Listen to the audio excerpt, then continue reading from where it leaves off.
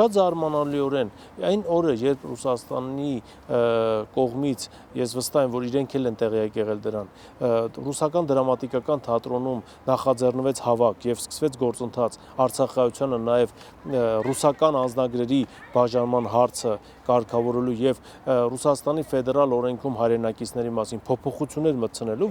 որը կվերաբերվեր նաեւ Արցախայություն եւ մեծ հաշվով կկրկներ Հարավային Օսիայի օրինակը կամ սցենարը, հանկարծ Ադրբեջանը շրջափակում է Արցախը եւ սկսվում է բլոկադան։ Նման տարօրինակություններ եւ նման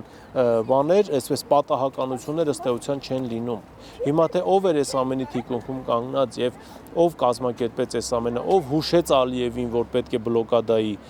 ենթարկել Արցախը, ով հուշեց Ալիևին, որ հիմա Ռուսաստանը բացահայտ չի կռվելու քոդեմ, որովհետեւ ինքը Ուկրաինայում խնդիրներ ունի։ Այս հարցերի պատասխանները դեռ մենք չենք ստացել, բայց ես վստահ եմ, որ այս հարցերի պատասխանները ստանալու դեպքում արդեն պարզ կլինի, թե ով է մեղավոր Արցախը կորցնելու, ով է մեղավոր Արցախը հայաթափելու եւ ով է մեղավոր այն մշակութային ցեղասպանության համար, որ այսօր Ադրբեջանն իրականացնում է Արցախում։